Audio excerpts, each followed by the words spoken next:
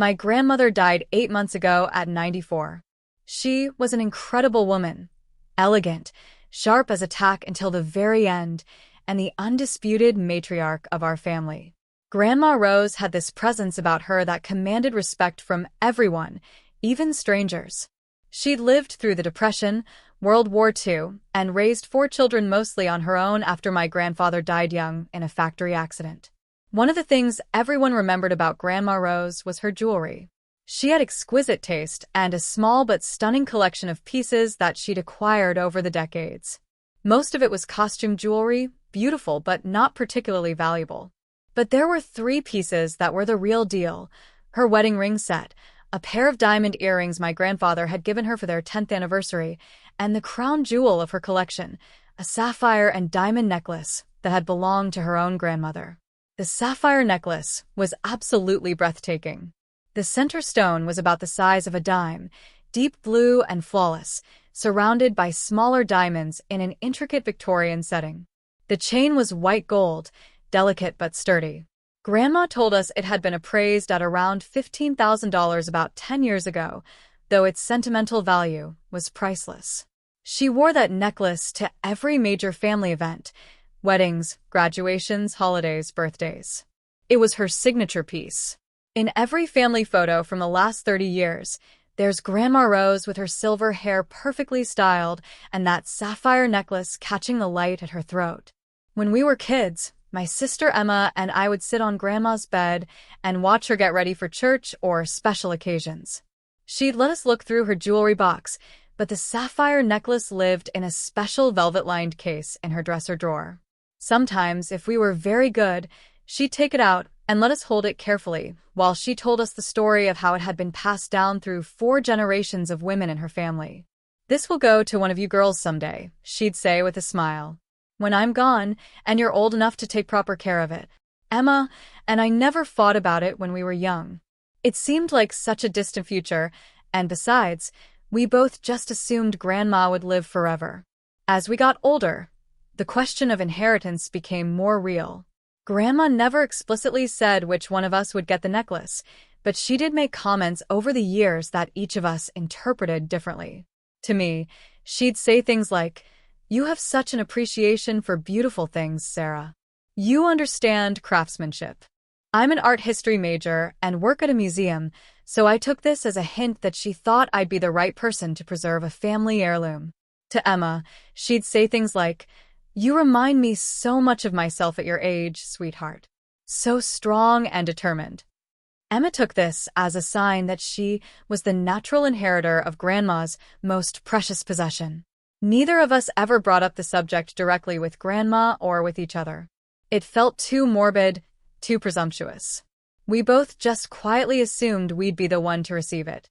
About 3 years ago, Grandma's health started declining. She was still living independently in her little house, the same one she'd lived in for 60 years, but she was slowing down. My mom, who lives closest to Grandma, started stopping by more frequently to help with groceries and housework. That's when the comments about the safe place started. "I've put all my good jewelry in a safe place," Grandma would tell us during family dinners. "Don't you worry about it. When the time comes, everything will be exactly where it should be." Mom asked her several times where the safe place was, but Grandma would just tap her nose and say, "A lady never tells all her secrets." We assumed she meant a safety deposit box, or maybe a safe we didn't know about. Grandma was pretty secretive about her finances and important documents. She'd lived through the Depression and didn't entirely trust banks, but she also didn't trust keeping valuable things just lying around the house. Last year, Grandma's decline accelerated. She had a series of small strokes that left her confused and frail. Mom convinced her to move into assisted living, and the family spent weeks cleaning out the house where Grandma had lived for 6 decades. It was emotional and exhausting. 60 years of accumulated belongings, furniture, dishes, books, photographs, clothes, knickknacks. Everything had a story, a memory attached to it. We found love letters from my grandfather, report cards from my mom and her siblings, artwork Emma and I had made in elementary school. But we didn't find the jewelry. Mom searched everywhere. She went through every drawer, every closet, every box. She looked behind furniture in the basement, in the attic. She checked for hidden compartments, loose floorboards, anything that might conceal a hiding place. The everyday jewelry was still in Grandma's jewelry box on her dresser, pins, brooches, a few pairs of earrings. But the valuable pieces were gone. The wedding ring set, the diamond earrings, and the sapphire necklace were nowhere to be found. She must have put them in a safety deposit box, Mom said. We'll figure it out when we go through her papers. But when we went through all of Grandma's financial documents, there was no record of a safety deposit box anywhere. We called every bank in town. We contacted her lawyer, her accountant, her insurance agent. Nothing. Mom even hired a private investigator who specialized in finding hidden assets. He went through the house with metal detectors and found nothing but some old coins and a few pieces of costume jewelry that had fallen behind furniture. Grandma lived for another 6 months after moving to assisted living. Her mind came and went. Some days she was sharp and lucid, other days she didn't recognize us. On her good days, we tried to gently ask about the jewelry. Don't worry about that, she'd say. It's all taken care of. But Grandma, where did you put it? Safe place, she'd repeat. Everything's in its safe place. We never got a clearer answer than that. Grandma Rose died peacefully in her sleep on a Tuesday morning in February. The funeral was beautiful, standing room only, with people sharing stories about her kindness, her strength, her wit. She'd touched so many lives in her 94 years. But even in our grief, the question of the missing jewelry hung over everything. Where could it be? What had she done with it? 2 weeks after the funeral, we were at Mom's house dividing up some of Grandma's remaining belongings when Emma brought up the elephant in the room. So, what do we do about the necklace? She asked. I don't know, Mom said. I've looked everywhere. I've called everyone. I have no idea what she did with it. Maybe she sold it, my Uncle Dave suggested. Maybe she needed the money for something and didn't want to tell anyone. Mom shook her head. I handled all her finances the last few years. There were no large deposits, no unexplained income. And, Grandma, she would never have sold something that meant so much to the family. Maybe she gave it away, Emma said. Maybe she gave it to someone and didn't tell us. Like who? I asked. I don't know. A friend? Someone at the church. We spent hours speculating, but kept coming back to the same question. What had Grandma done with her most precious possessions? That's when things started to get ugly. 3 months after the funeral, I was visiting Mom when Emma showed up unexpectedly. She seemed agitated, nervous. I need to ask you both something, she said, and I need you to be completely honest with me. Mom and I exchanged glances. What is it? Mom asked. Do either of you have Grandma's necklace? The question hung in the air like a bomb. Mom looked genuinely shocked. Emma, what are you talking about? You know we've been looking for it everywhere. I know that's what you've said, Emma replied. But I've been thinking about it and it doesn't make sense. Grandma was careful with her things. She wouldn't have just lost it or hidden it somewhere so well that we can't find it. So, what are you suggesting? I asked, though I was pretty sure I knew where this was going. I'm suggesting that one of you took it and doesn't want to admit it. Mom stood up so fast her chair nearly fell over. Emma Louise, how dare you accuse us of stealing from your grandmother? I'm not accusing anyone of stealing, Emma backtracked quickly. I'm just wondering if maybe one of you took it for safekeeping and now feels awkward about admitting it. We didn't take anything, I said firmly. And I can't believe you'd even suggest that. But Emma wasn't backing down. Look, I know this is uncomfortable, but someone has to ask. The necklace didn't just vanish into thin air. Either Grandma did something with it that we haven't figured out yet, or someone in this family knows more than they're letting on. The conversation devolved from there. Voices were raised, accusations flew, and Emma stormed out saying she was going to get to the bottom of this, with or without our help. That was the beginning of the end of family harmony. Over the next few weeks, Emma started her own investigation. She went back to Grandma's old house, which was still sitting empty, waiting to be sold, and searched it again. She called all of Grandma's friends and neighbors, asking if they knew anything about the jewelry. She even tracked down some of the aides from the assisted living facility to see if Grandma had said anything to them. She found nothing, but her investigation had an unintended consequence. It started rumors in Grandma's old neighborhood that someone in the family had stolen valuable jewelry from a dying old lady. When Mom heard about these rumors, she was furious. "Emma is making us all look like criminals," she told me over the phone. "Mrs. Patterson from next door called me yesterday asking if it was true that someone stole from Grandma." I was mortified.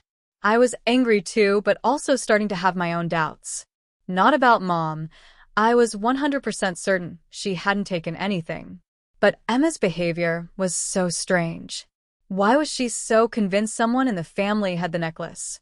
Was she projecting her own guilt? The more I thought about it, the more suspicious Emma's actions seemed. She'd always been jealous of my relationship with Grandma. She'd always felt like I was the favorite grandchild because I shared Grandma's love of art and history.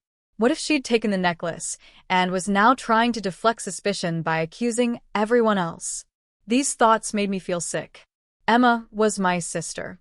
We'd grown up sharing a room, playing together, supporting each other through breakups and job losses, and all of life's challenges. How could I even consider that she might have stolen from our grandmother? But the doubt, once planted, grew like a weed. Family gatherings became tense, uncomfortable affairs. Emma would show up with this look in her eyes, like she was studying everyone for signs of guilt. She'd make pointed comments about family loyalty and honesty. She'd bring up the necklace constantly, as if she could wear someone down into confessing. Mom started declining invitations to family events Emma would be attending. "I can't deal with her accusations," she'd say. "It's too stressful." I found myself watching Emma carefully too, looking for tells, for signs that she was hiding something. It felt horrible, but I couldn't stop myself. The worst part was that other family members started taking sides. Uncle Dave believed Emma's theory that someone in the family had to have the necklace. Aunt Linda thought Emma was being paranoid and hurtful. Cousins started whispering at family events. The whole family was fracturing over this missing piece of jewelry. 6 months after Grandma's death, Emma dropped her biggest bombshell yet. We were at my cousin's wedding reception, trying to maintain a facade of family unity for the photos, when Emma pulled me aside. "I think I know what happened to the necklace," she said quietly. "What?" "I think Carmen took it." Carmen was Grandma's housekeeper for the last 5 years of her life. She came in twice a week to help with cleaning and light housekeeping. Grandma loved her. Carmen was patient and kind, and she always had time to chat with Grandma about her grandchildren or her garden. "Emma, that's a serious accusation," I said. "Do you have any proof?" "Think about it," Emma said. Carmen had access to the house. She knew where Grandma kept her jewelry, and she would have known exactly when to take it during those months when Grandma was starting to get confused, but before we started cleaning out the house. "Carmen worked for Grandma for 5 years. I protested. "If she was going to steal something, why wait until the very end?" "Because that's when it would be least likely to be noticed immediately," Emma said. Grandma was getting forgetful. She might not have realized it was gone right away. And by the time we started looking for it, Carmen was long gone. It was true that Carmen had stopped working for Grandma when she moved to assisted living. We'd lost touch with her after that. She'd found other clients, moved on with her life. "Have you talked to Carmen about this?" I asked. "I tried to find her," Emma said. "But the cleaning service she worked for said she left town, moved to Florida to be closer to her daughter." The timing was certainly suspicious. But I still couldn't bring myself to believe that Carmen's sweet, gentle Carmen who used to bring Grandma homemade soup when she was sick was a thief. "We need to be careful about throwing around accusations," I told Emma, "especially about someone who can't defend herself." But Emma had already made up her mind. She started telling other family members about her Carmen theory. Some of them found it plausible. After all, housekeepers did sometimes steal from elderly employers. It was sadly not uncommon. Uncle Dave was particularly convinced. "It makes perfect sense," he said. "She had opportunity, access, and she disappeared right around the time the jewelry went missing." But Aunt Linda was outraged. "Carmen loved Mom," she said. "She would never have stolen from her." I can't believe you're all so ready to destroy that poor woman's reputation based on nothing but suspicion. The Carmen theory divided the family even further. Half of us thought it was the most logical explanation. The other half thought it was a racist assumption based on stereotypes about domestic workers. Family dinners became battlegrounds. Someone would mention Grandma, which would lead to someone else bringing up the necklace, which would lead to arguments about Carmen, which would lead to people storming out or not speaking for weeks. My mom stopped hosting family gatherings altogether. I can't take it anymore, she told me. Every time we get together, someone starts in about that damn necklace. I wish Grandma had never owned the thing. 8 months after Grandma's death, I was having coffee with my cousin Rachel when she said something that stopped me cold. You know, the whole jewelry thing is so weird, she said. I keep thinking about something Grandma said to me a few months before she died. What did she say? We were talking about her jewelry, and I mentioned how beautiful the sapphire necklace was. And she got this strange look on her face and said, "That old thing? I got rid of that ages ago." My coffee cup froze halfway to my lips. She said what? She said she got rid of it ages ago. I asked her what she meant, but then she seemed to realize what she'd said and got all flustered.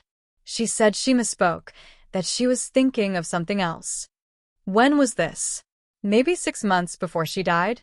She was having one of her good days. Totally lucid and sharp. I felt like the ground was shifting under my feet. Did you tell anyone else about this? I mentioned it to my mom at the time, but she said Grandma was probably just confused. We didn't think much of it, but I thought about it constantly over the next few days. What if Grandma really had gotten rid of the necklace ages ago? What if all this suspicion and family infighting was based on a false premise? I called Rachel's mom, Aunt Linda, to ask about the conversation. "Oh, that," Linda said. "I remember Rachel mentioning it.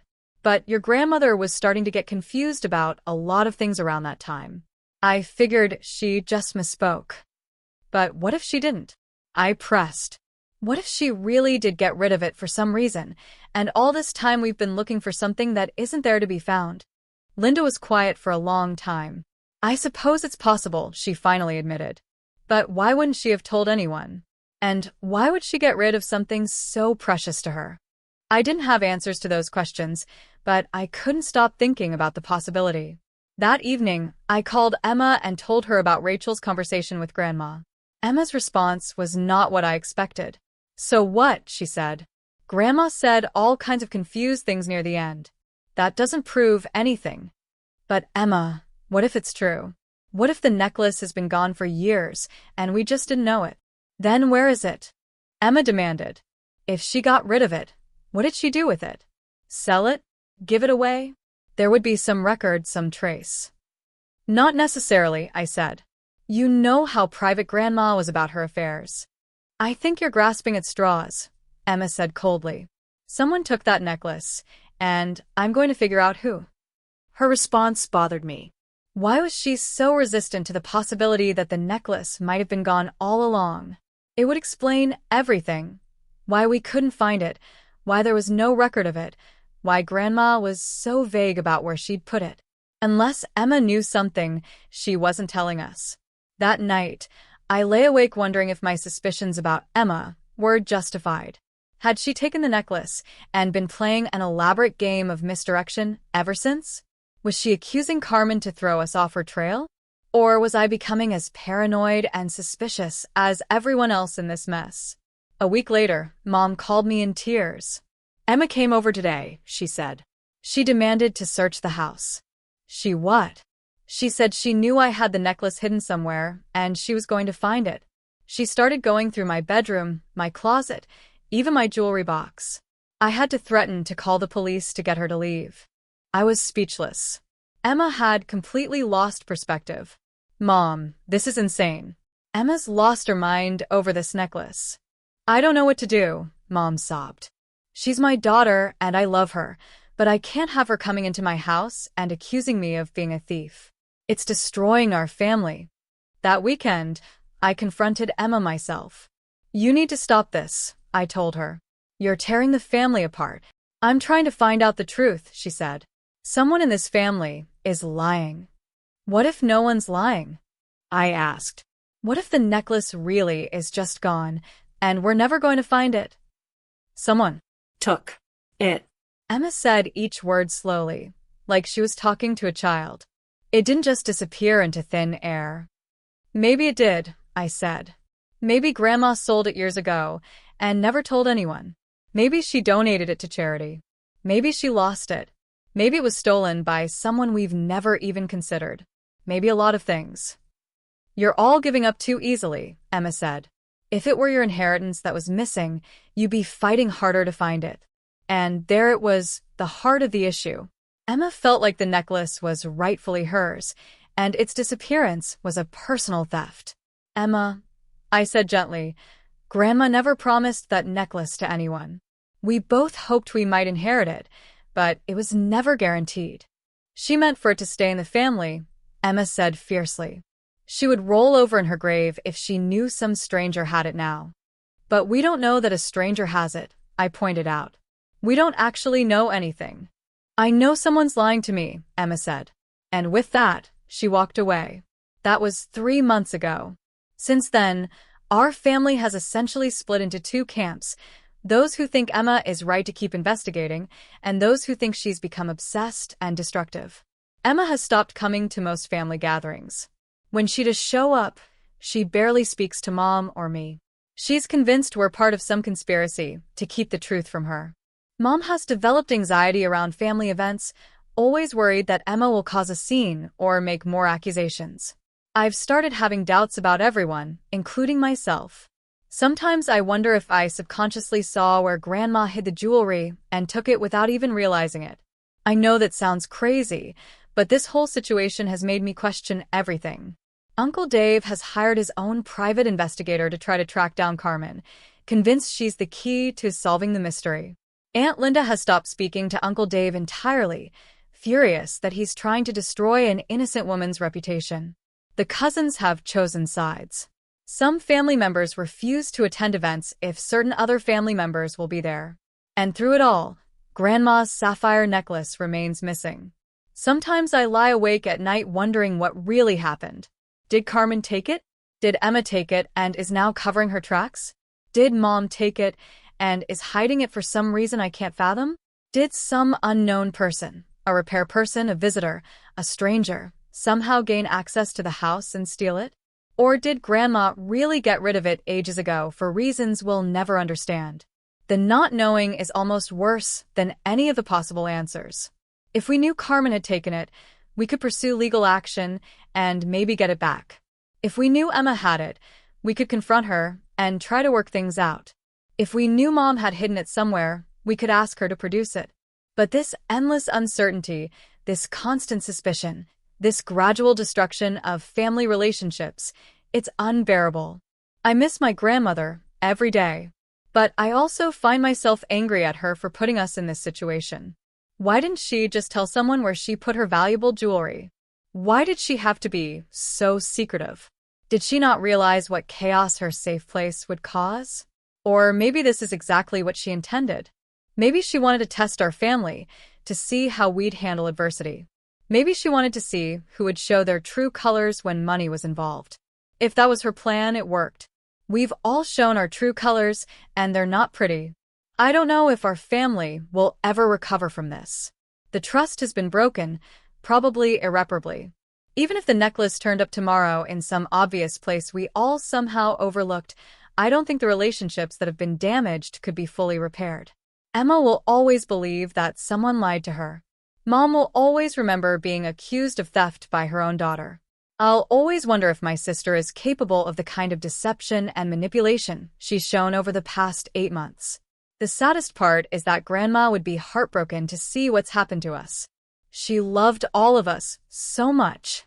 She wanted her legacy to bring the family together, not tear it apart. Instead, her missing necklace has become a poison that's infected every relationship, every gathering, every conversation. I don't know how this story ends. I don't know if we'll ever find the necklace. I don't know if Emma will ever let this go. I don't know if our family will ever heal. All I know is that sometimes the things we lose aren't just objects. They're the relationships and trust and love that get destroyed in the searching. Grandma's necklace may be gone forever, but what we've lost as a family is infinitely more precious. Update 1. I posted this story 2 weeks ago and got a lot of responses asking me to update if anything changed. Well, something huge just happened, and I honestly don't know what to think. My Aunt Linda called me yesterday morning, and she was crying so hard I could barely understand her. "You need to come over right now," she said. "I found something." I drove to her house immediately, my heart pounding. When I got there, Linda was sitting at her kitchen table with a small jewelry box in front of her. "I was going through some of Mom's things that I'd stored in my basement," she said. "Boxes I hadn't opened since we cleaned out her house. And I found this in a shoebox full of old Christmas ornaments." She opened the jewelry box. Inside was Grandma's sapphire necklace. I just stared at it for a long time, not believing what I was seeing. There it was, the deep blue sapphire, the diamond setting, the delicate white gold chain. Exactly as I remembered it. "How?" I whispered. "I have no idea," Linda said. The box was taped shut with Christmas decorations from 1987. I only opened it because I was looking for ornaments for my granddaughter's school project. We called Mom immediately. She came over and just broke down crying when she saw the necklace. "I don't understand," she kept saying. "How did it end up in Linda's basement?" None of us had any answers. We tried to piece together a timeline. The box of Christmas decorations had been in Linda's basement for at least a decade. She remembered storing it there after Grandma downsized her Christmas display. But none of us could remember Grandma ever being in Linda's basement, or having any opportunity to hide jewelry there. "Maybe she asked me to store the box for her," Linda suggested. "Maybe she put the necklace in there and asked me to keep the whole box safe, and I forgot?" But none of us could remember that happening either. The three of us sat around Linda's kitchen table, staring at this necklace that had caused so much family drama, trying to make sense of how it had ended up in a box of Christmas ornaments. Then came the hard part, calling Emma. I volunteered to make the call. Emma answered on the second ring. "We found it," I said without preamble. Silence. Then, "Found what?" "Grandma's necklace. Aunt Linda found it in her basement." More silence. Finally, "That's impossible." "Emma, I'm looking at it right now. It was in a box of old Christmas decorations." "How did it get there?" "We don't know. But it's here.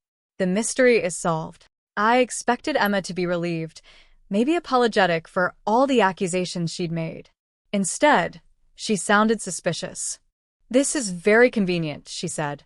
"Right after I've been asking hard questions, suddenly the necklace magically appears." I couldn't believe what I was hearing. "Emma, what are you suggesting?" "I'm suggesting that someone had this necklace all along and is now pretending to find it to make me look crazy." "That's ridiculous." Aunt Linda was as shocked as anyone when she opened that box. "So she says." I was getting angry now. "Emma, this is insane. We found the necklace. Isn't that what you wanted?" "I wanted the truth," Emma said. "And I don't think this is it." She hung up on me. An hour later, Emma showed up at Linda's house. She examined the necklace, the box it was found in, even the Christmas ornaments that had been stored with it. She interrogated Linda about exactly when she'd stored the box, why she decided to open it now, whether anyone else had access to her basement. Linda answered every question patiently, but I could see she was getting upset. "Emma," Linda finally said, "I know this situation has been hard on all of us, but I need you to believe me when I tell you I had no idea this necklace was in my basement." "It's just very coincidental," Emma said. "All this time we've been searching, and suddenly you decide to go through old Christmas decorations and find it. I told you why I was looking through those boxes. My granddaughter needed ornaments for a school project. And you never thought to check this box before? In 8 months of looking for the necklace?" "Emma, I had no reason to think it would be in Christmas decorations. None of us did." But Emma wasn't satisfied. She's now convinced that Linda had the necklace all along and only found it when the family pressure became too much to bear. The worst part is, I'm starting to wonder if she might be right. Not because I think Linda is a thief, I don't. But the timing is strange. Why now? Why that box? Linda has been helping with the search for months. Wouldn't she have gone through all of Grandma's stored belongings earlier? And if Grandma really did hide the necklace in that box years ago, why? How? When? I hate myself for having these doubts, but Emma's paranoia is contagious. Once you start questioning everything, it's hard to stop. Yesterday, Uncle Dave suggested we should all just be happy the necklace has been found and move on. But Emma refused to let it go. Someone's been lying for 8 months, she said. I want to know who and why. What difference does it make? Dave asked. The necklace is found. The mystery is solved. The mystery isn't solved, Emma shot back. It's just gotten more complicated. So now we have a new mystery. Not just where the necklace was, but how it got there, and whether its discovery was really accidental. The family is still divided, maybe even more than before. Emma is angrier than ever, convinced she's been manipulated. Linda is hurt that anyone would question her honesty. Mom is caught in the middle, just wanting peace. And I'm left wondering if finding the necklace has actually made things worse instead of better. At least when it was missing, we could all be united in not knowing what happened to it. Now we're divided between those who believe Linda's story and those who think there's still deception happening. I thought finding the necklace would end our family's nightmare. Instead, it might have started a new chapter in it.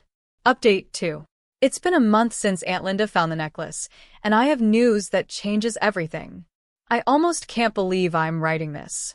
Last week, I was helping Mom organize some of Grandma's papers that we'd never finished going through: medical records, old tax documents, that kind of thing. At the bottom of a file box, I found a small notebook that I'd never seen before. It was Grandma's handwriting, but not her usual neat script. This was shaky, like she'd written it during one of her bad periods. The entries were dated from about 2 years before she died. Most of it was routine stuff, reminders to call the doctor, notes about medications, grocery lists. But there were also entries about her jewelry that made my blood run cold. Someone has been in my jewelry box. Things are not where I left them. The sapphire necklace was moved. I always put it in the back left corner of the case. Now it's in the front. I think someone is taking things when I'm not here. Need to find a better hiding place. And then, the entry that explained everything. Moved the good jewelry to Linda's Christmas box in her basement. Safest place I can think of. No one will look for valuable jewelry with old ornaments. We'll tell Linda when the time comes. The entry was dated 18 months before Grandma died. I just sat there staring at this notebook, feeling like the world had shifted on its axis. Grandma had hidden her jewelry in Linda's basement on purpose. She'd planned it. And she'd intended to tell Linda, but apparently never got the chance. I called Linda immediately and read her the entry over the phone. Oh my God, she said. I remember now. She came over that day. It was right after Christmas 2 years ago. She said she wanted to put something away with my decorations for safekeeping. I was busy with the grandkids, and I just said sure, put it wherever. I never saw what she was doing. So, you never knew the jewelry was there? I had no idea. I thought she just wanted to store some of her own Christmas things. She'd been downsizing, getting rid of decorations she didn't use anymore. It all made sense now. Grandma, getting more paranoid and confused, had noticed things being moved in her jewelry box. Whether someone was actually taking things or whether it was just her memory playing tricks on her, she'd felt like her valuables weren't safe in the house. So she'd hidden them in the most innocuous place she could think of, a box of old Christmas decorations in her daughter's basement. A place no thief would ever think to look. She'd probably intended to tell Linda where the jewelry was hidden, but as her condition worsened, she either forgot or was never lucid enough to have that conversation. When Linda called to tell me about finding the notebook, Emma was skeptical at first. How convenient that this notebook just turned up now, she said. But when I showed her Grandma's handwriting, when she saw the dates and the detailed entries, she finally had to accept the truth. Grandma had been the one to hide the necklace. There was no theft, no conspiracy, no cover-up. Just an elderly woman trying to protect her valuables the only way she knew how. Emma broke down crying when she read the notebook entries. Not tears of relief, but tears of shame and regret. I accused everyone, she sobbed. I destroyed our family over nothing. I was so horrible to all of you. The truth was finally out, but the damage had been done. 8 months of suspicion, accusations, and broken trust couldn't be erased by finding a notebook. I thought Emma would be relieved to know that no one had stolen from Grandma, that no one in our family was a thief. Instead, she seemed even more distraught. "I can't believe what I put everyone through," she kept saying. "How can I face Mom after accusing her of lying? How can I face Linda after suggesting she staged finding the necklace?" "We all got caught up in the mystery," I told her. "We all let our suspicions run wild." But Emma wasn't ready to forgive herself. And frankly, some family members weren't ready to forgive her either. When Uncle Dave heard about the notebook, his first reaction was anger at Emma for putting the family through hell for nothing. When Mom heard, she cried, not from relief, but from sadness about all the relationships that had been damaged. Aunt Linda was the most gracious about it all. "Your grandmother was scared and confused," she said. "She was trying to protect something precious to her. I understand why she did what she did. And I understand why everyone was so upset when we couldn't find it." But even Linda admitted that Emma's accusations had hurt. "I kept wondering if people really thought I was capable of stealing from my own mother," she said. "That was painful." The notebook also revealed other things that helped explain Grandma's behavior in her final years. She'd been more aware of her declining memory than we'd realized, and it had frightened her. She'd been taking elaborate precautions to protect her belongings because she didn't trust her own mind anymore. "Need to write everything down." One entry read, "Can't remember what I did yesterday. What if I forget where I put important things?" Another entry, "Told Sarah the necklace would go to one of the girls someday. But what if I forget which girl? Need to decide soon."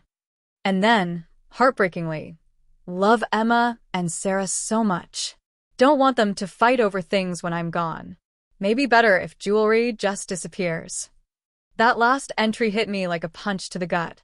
Had Grandma intentionally made her jewelry hard to find because she was afraid it would cause family conflict? If so, her plan had backfired spectacularly. I showed that entry to Emma, and she went pale. "She knew," Emma whispered. "She knew we'd fight over it, and she tried to prevent it by hiding it. But we fought anyway." "We fought because we couldn't find it," I pointed out. "If she'd just told someone where it was, none of this would have happened." "Or if I hadn't been so convinced someone was lying," Emma said. "God, Sarah, I was so awful to everyone. I was like a dog with a bone. I couldn't let it go." Over the following weeks, Emma tried to make amends with everyone she'd accused. She wrote long apology letters to Mom and Linda. She called Carmen's old cleaning service and left a message apologizing for the suspicions she'd raised about her reputation. Some family members were quick to forgive. Others needed more time. And some, like Uncle Dave, seemed to enjoy holding Emma's behavior over her head. "Remember when you were convinced I was hiding stolen jewelry?" he'd say at family gatherings, with a tone that was supposedly joking but felt mean-spirited. Emma would just nod and apologize again, accepting whatever criticism came her way. The question of who would inherit the necklace came up again, but this time the conversation was different. Neither Emma nor I wanted to fight over it anymore. We'd seen what that kind of conflict could do to a family. "You should have it," Emma told me.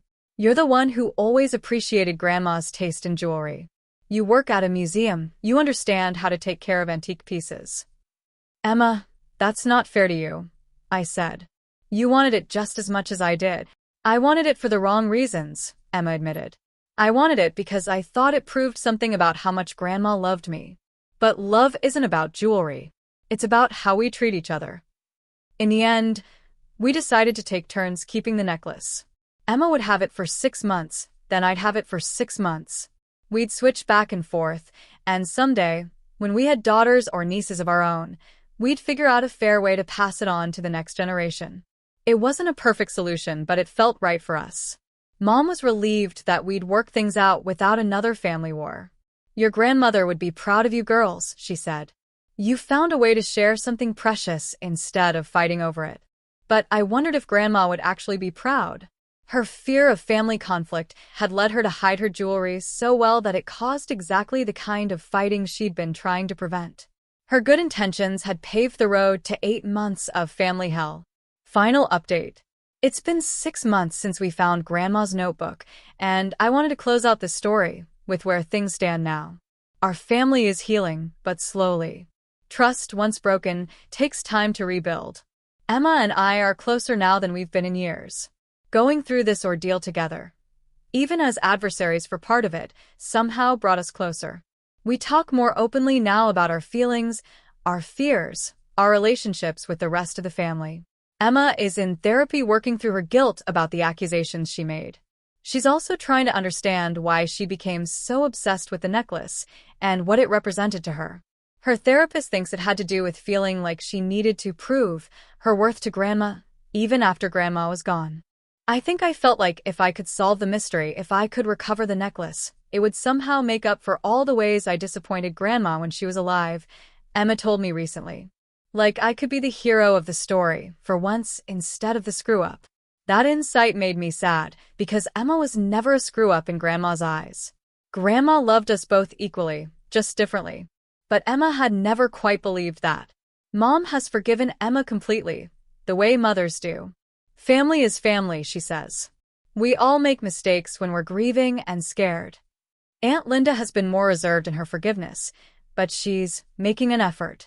She invited Emma to her granddaughter's birthday party last month, a small gesture, but meaningful. Uncle Dave is still holding a grudge, unfortunately. He brings up the great jewelry mystery whenever he wants to make Emma uncomfortable.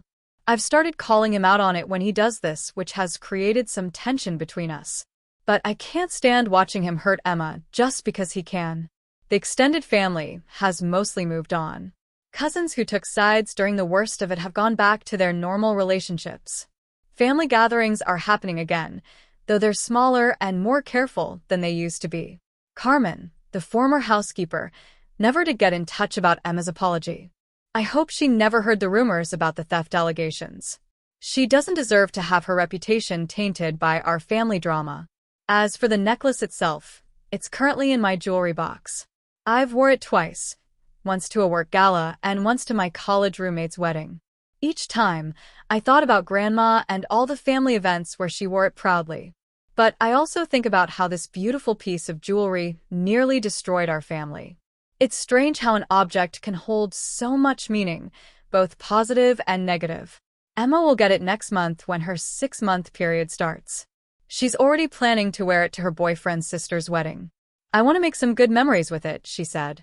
Memories that aren't about fighting and suspicion. I think that's wise. The necklace needs to be associated with love and celebration again, not conflict and accusations. Looking back on this whole experience, I've learned some hard lessons about family dynamics, grief, and how quickly love can turn to suspicion when money or valuable objects are involved. I've learned that being practical and logical during a family crisis doesn't protect you from getting swept up in paranoia and doubt. I've learned that secrets, even well-intentioned ones, can cause more problems than honesty, even when honesty is difficult. Most importantly, I've learned that no material object, no matter how beautiful or valuable or meaningful, is worth destroying family relationships over. Grandma's sapphire necklace is lovely, and it carries the history of 4 generations of women in our family. But the real treasures are the relationships between the living people who loved her. We almost lost those treasures over a piece of jewelry. That would have been the real tragedy. I think about Grandma often, and I try to imagine what she'd say about everything that happened.